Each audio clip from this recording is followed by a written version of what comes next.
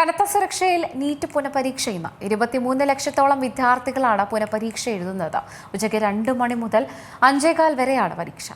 NEET പുനഃപരീക്ഷ നടത്തിപ്പിനുള്ള എല്ലാ ക്രമീകരണങ്ങളും പൂർത്തിയായി. വിദ്യാർത്ഥികൾ പരീക്ഷാ ഹാളിലേക്ക് എത്തിയിട്ടുണ്ട്.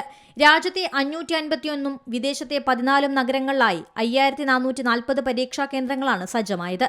സുരക്ഷയ്ക്കായി 2.5 ലക്ഷം പോലീസ് ഉദ്യോഗസ്ഥരെയും 15,000 അർദ്ധസൈനികരെയും വിന്യസിച്ചു.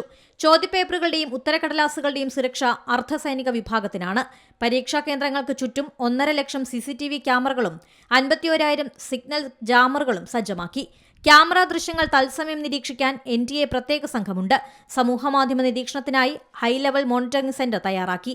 674 സിറ്റി കോർഡിനേറ്റർമാരും പരീക്ഷാ കേന്ദ്രങ്ങളിൽ മേൽനോട്ടത്തിനായി 6,669 നിരീക്ഷകരും എത്തിയിട്ടുണ്ട്. പഴുതടച്ചുള്ള ക്രമീകരണങ്ങളിലാണ് പരീക്ഷ.